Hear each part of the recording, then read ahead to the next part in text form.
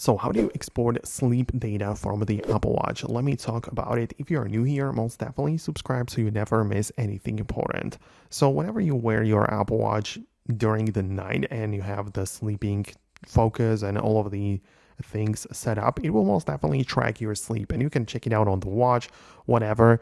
And yeah, you might want to just export it and get the information somewhere else. But the way that it works is that you automatically get everything synced to the iPhone.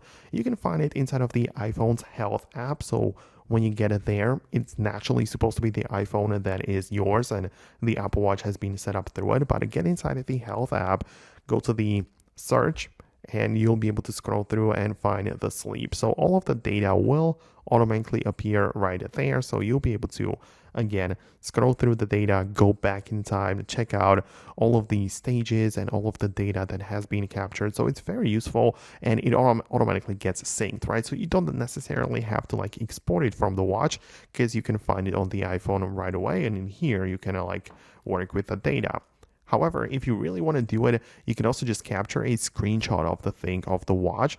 So you would press the digital crown and the long side button of the watch, and at the same time it would capture the screenshot and this would appear inside of the iPhone's gallery, right? So that is how you can also get something or export it from the Apple Watch. Just make sure that the screenshots are enabled inside of the watch app. So in there you basically have one toggle to manage the screenshots, and it is inside of the general section, so you can literally just enable it like that and it's going to work well.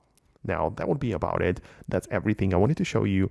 If you found it useful and informative, hit the thumbs up and subscribe for the next upcoming tutorials. Thanks a lot, and I'll see you later.